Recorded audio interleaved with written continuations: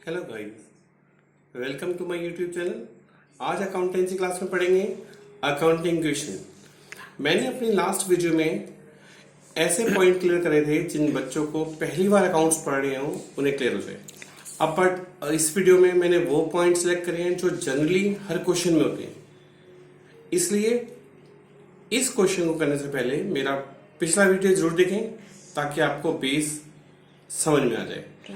और ये जो अकाउंटिंग इक्वेशन है ये क्लास 11 का चैप्टर है। सो प्लीज मेरे साथ इस वीडियो को बिल्कुल क्लियरली देखिएगा, ध्यान से देखिएगा और ध्यान से इसे समझिएगा। ठीक है, एंड तक देखिएगा ताकि आपको ये क्वेश्चन इजीली समझ में आ जाए और इसके पॉइंट्स भी समझ में आ जाए। Start.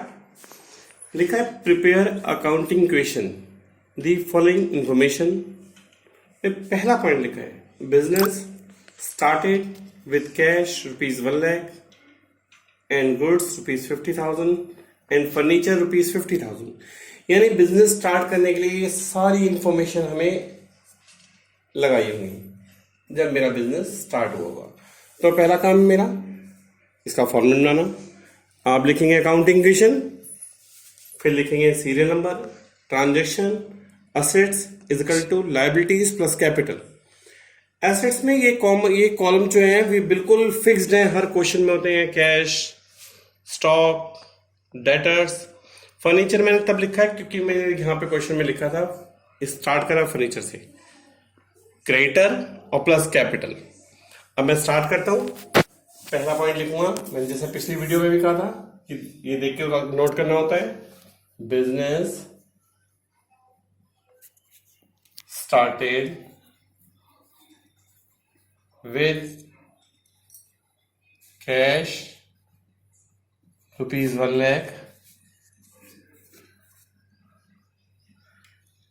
goods rupees 50,000 and furniture rupees 50,000। ये सारी इंफॉर्मेशन कैश वाली इंफॉर्मेशन कैश में लिखेंगे, क्लियर। स्टॉक वाली यानी गुड्स जो लिखा 50,000 वो स्टॉक में लिखेंगे, प्लस डेटर्स है नहीं। फर्नीचर भी गिवन है 50,000 का, सो फर्नीचर में लिख देंगे। और इन सब का टोटल जो है 2 लाख वो किस में आएगा? कैपिटल में। मैंने अपनी लास्ट वीडियो में बताया था, पर क्रेडिटर 0 है क्योंकि कोई इंफॉर्मेशन नहीं है इसकी। हर एक इक्वेशन का टोटल करना कंपलसरी होता है, ये हर वीडियो में मैं आपको बता रहा हूं आपको।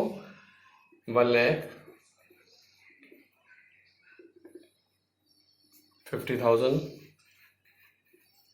Plus 0 plus 50,000 is equal to 0 plus 2 lakh. इसे लिखेंगे इक्वेशन। पहली बार जो लिखते हैं वो इक्वेशन लिखते हैं, बाद में हर बार न्यू इक्वेशन लिखते हैं। अब सेकेंड इंफॉर्मेशन नोट करेंगे। Goods purchase for cash rupees 20,000। Second, goods purchase for cash rupees 20,000। इसको आप कैसे सॉल्व करेंगे? गुड्स परचेज किया है फॉर कैश। अगर हम सामान खरीदते हैं तो आप जब भी सामान खरीदेंगे आपके पास से क्या चीज कम हो जाएगी? आपके पास कैश कम हो जाएगा। पर क्योंकि सामान खरीदा है इसलिए स्टॉक बढ़ जाएगा बस, और कहीं इसकी ट्रांजैक्शन का कोई इफेक्ट नहीं पड़ेगा क्योंकि सामान खरीदते हैं तो किसी पे कोई इफेक्ट नहीं पड़ता, एक कैश पे और एक कैपिटल पे। अमाउंट होगी 80,000 प्लस 70,000 प्लस 0 प्लस 50,000 क्योंकि इनको ऐड करना है आपको, इजिकल टू 0 प्लस 2 लाख। आप जब भी इक्वेशन लिखेंगे तो आप जोड़ लगा के देख लीजिएगा इसका टोटल और इक्वल के इधर का टोटल इक्वल होना चाहिए। ये हो गई न्यू इक्वेशन। अब आप थर्ड इंफॉर्मेशन नोट करेंगे। Goods sold on cash costing ₹5,000 ₹7,000 लिख लेंगे, नोट कर लेंगे। थर्ड ट्रांजेक्शन है goods sold on cash rupees bracket में कॉस्टिंग ₹5,000 एंड 7,000। यानी जो हमने गुड्स सोल्ड किया है उसकी जो कॉस्ट है वो तो 7,000 है ना। अगर हम अपनी दुकान से कोई सामान सेल करते हैं तो वो सामान की कीमत जो है वही तो कम होगा हमारे पास से। वो अलग बात है कि हम उसे महंगा बेच रहे हैं। ऐसे 5,000 रुपए का सामान 7,000 में बिका है, तो हमारे पास से जो कम हुआ है स्टॉक वो कितना कम हुआ है? 5,000। पर हमारे पास रुपया कितना आया होगा? 7,000 रुपए, वो कैश में जुड़ जाएगा। पर इस पूरे ट्रांजैक्शन में हमें प्रॉफिट हो गया कितना? 2,000 रुपए, क्योंकि 5 का सामान 7 में बिका है, तो 2,000 का प्रॉफिट हुआ है। और मैंने पिछली वीडियो में बताया था कि प्रॉफिट और लॉस किस में जुड़ता है? कैपिटल में। मैं एक बार फिर से लिख दे रहा हूं कि प्रॉफिट हो या इनकम हो, ये जुड़ जाती है कैपिटल में। लॉस हो या एक्सपेंसेस हो, वो माइनस होता है कैपिटल में से। अगर आपका प्रॉफिट हो रहा है या इनकम हो रही है वो कैपिटल में जुड़ेगी, और लॉस हो रहा है या एक्सपेंसेस हो रहे हैं तो कैपिटल में से कम हो जाएंगी। ऐसे इस ट्रांजैक्शन में हमें प्रॉफिट हुआ है 2,000 रुपए का, क्योंकि 5 का सामान 7 में बिका है, तो 2,000 का प्रॉफिट हुआ है, तो मैंने कैपिटल में जोड़ दिया है। अभी हम इसे ऐड करेंगे तो आएगा 87, और ये बचा 65,000 plus 0 plus 50,000 is equal to 0 plus 2,02,000। ये भी न्यू इक्वेशन हो गई। इसके बाद फोर्थ इंफॉर्मेशन लिखा है सैलरी पेड ₹10,000। Salary paid ₹10,000। अगर हम 10,000 रुपये सैलरी किसी पर्सन को देते हैं तो हमारे पास से 10,000 रुपये तो कम हो ही जाएगा, तो कैश में 10,000 हमने कम कर दिया। पर क्योंकि सैलरी हमारे लिए खर्चा है, एक्सपेंसेस है, इसलिए किस में से माइनस होगा? कैपिटल में से। तो 10,000 कैपिटल में से कम हो जाएगा। बाकी सब में 0 लिखना है आपको, क्योंकि कोई इफेक्ट नहीं पड़ता किसी और चीज पे। तो इसका टोटल कर देंगे हम लोग, तो इसका टोटल आया -10 है, तो 77,000 plus 65,000 plus 0 plus 50,000 is equal to 0 plus 1,92,000। इसको भी लिख देंगे हम लोग न्यू इक्वेशन। फिफ्थ इंफॉर्मेशन दी है, फिफ्थ रेंट रिसीव ₹20,000। फिफ्थ है रेंट रिसीव्ड ₹20,000।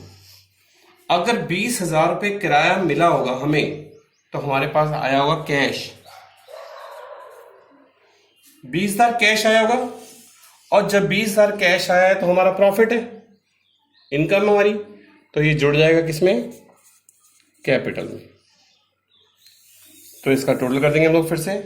इसका टोटल आया 97,000 plus 65,000 plus 0 plus 50,000 is equal to 0 plus 2,12,000। इसको भी लिखेंगे हम लोग न्यू इक्वेशन। 6th इंफॉर्मेशन दी हुई है।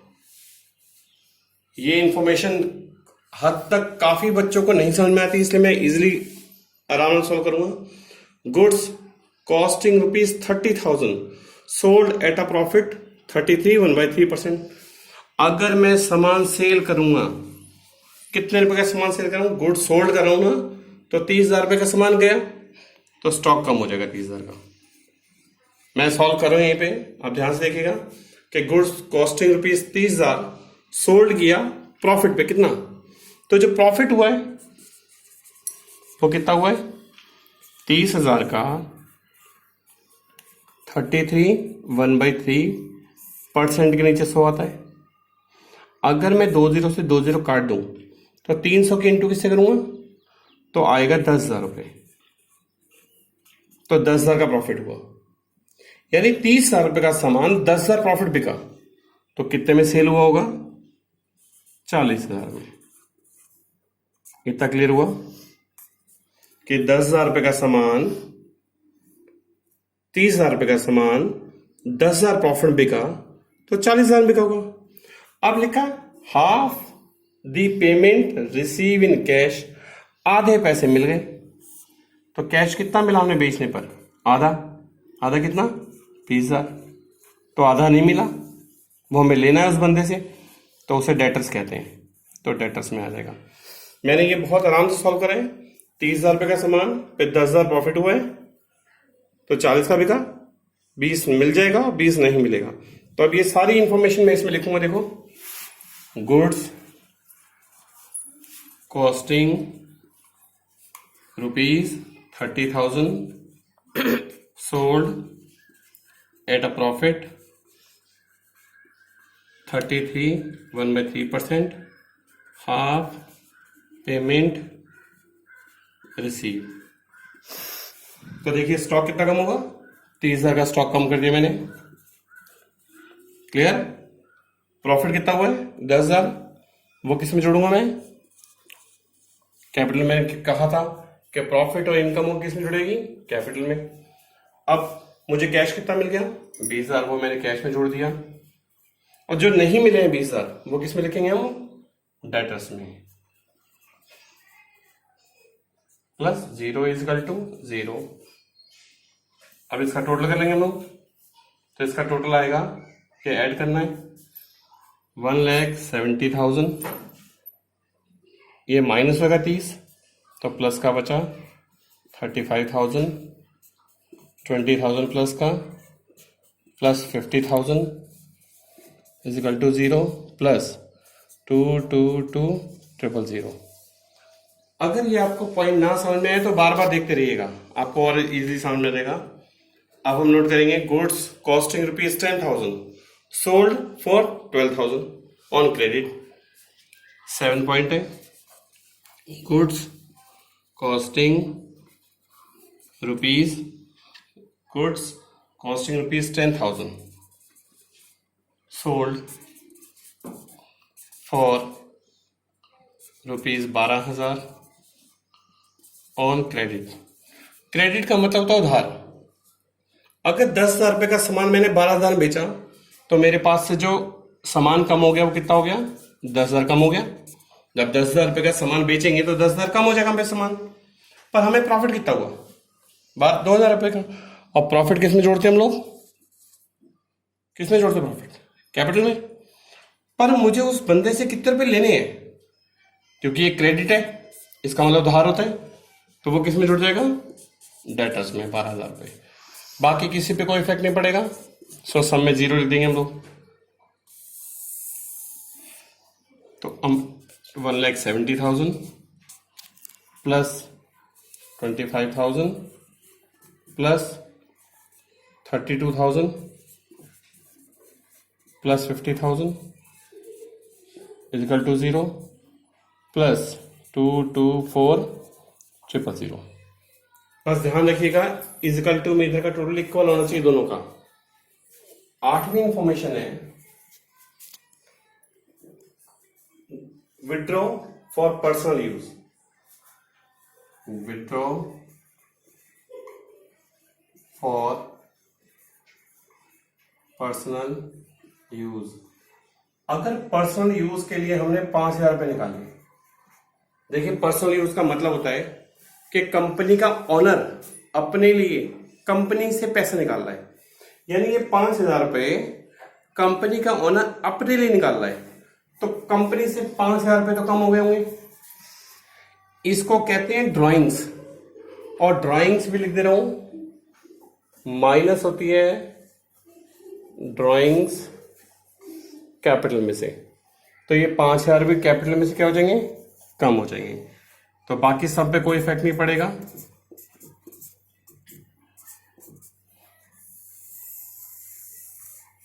तो इसका टोटल आएगा 1,12,000 plus 25,000 plus 32,000 plus 50,000 is equal to 0 plus इसमें जुड़ जाएगा 229,000।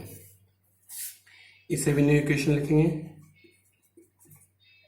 इसे भी न्यू इक्वेशन लिखते रहिएगा बार बार बच्चों, इसे भी न्यू इक्वेशन लिखेंगे। 9th इन्फॉर्मेशन दी है, purchase goods for cash ₹6,000 and on credit ₹40,000। दोनों ही सामान खरीदे हैं, नगद भी खरीदा है और उधार भी खरीदा है। 6,000 रुपए का सामान नगद और 40,000 का उधार, तो टोटल हमारे पास कितने रुपए का सामान आ गया, लिख लेते हैं। मैं यहाँ पे पहले क्वेश्चन में 2 इंफॉर्मेशन रहेगी खाली, लिखा है purchase goods for cash ₹6,000 and credit ₹40,000। 6,000 रुपए का नगद और 40 का उधार, यानी सामान जो हमारे पास आया वो 46,000 रुपए का आ गया। हमने खरीदा है सामान, तो हमारे पास से 6,000 रुपए तो चले गए होंगे जब हमने नगद खरीदा है, पर हमने उधार कितना कर लिया है, तो वो किस में आएगा भाई बच्चों, क्रेडिटर में। जब हम उधार बेचते हैं तो डेटर में, उधार खरीदते हैं तो क्रेडिटर में, बाकी किसी पे कोई इफेक्ट नहीं पड़ेगा।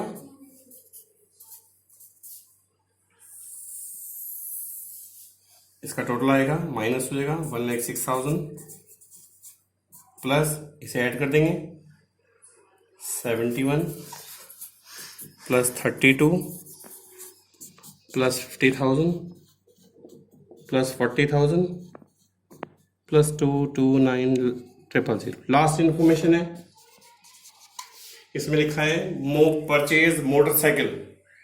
अगर मोटरसाइकिल बिजनेस के लिए होती तो बिजनेस बढ़ जाती, पर ली किसके लिए, पर्सनल यूज के लिए, यानी ये मालिक अपने घर ले गया। मोटर साइकिल परचेज, अगर हमने मोटरसाइकिल परचेज करी है, अगर हमने मोटरसाइकिल खरीदी है 2,000 रुपए की, तो हमारा कैश कम हो गया 2,000, और साथ में क्योंकि ये पर्सनल यूज है इसलिए ड्राइंग्स है, ये माइनस कहां से होगा, कैपिटल में से, क्योंकि ये ऑनर ने अपने खुद के लिए यूज ली है, तो कैश कम हो गया होगा। तो यहां बचा 1,04,000 plus 71,000 plus 32,000 plus 50,000 plus 40,000 plus, अब ये परचेज करिए बढ़ गया होगा ड्राइंग, और ड्राइंग से कैपिटल कम होती, सॉरी, तो बचेगा 227,000। और इसका जो टोटल है उसे क्या लिखेंगे आप लोग, फाइनल इक्वेशन।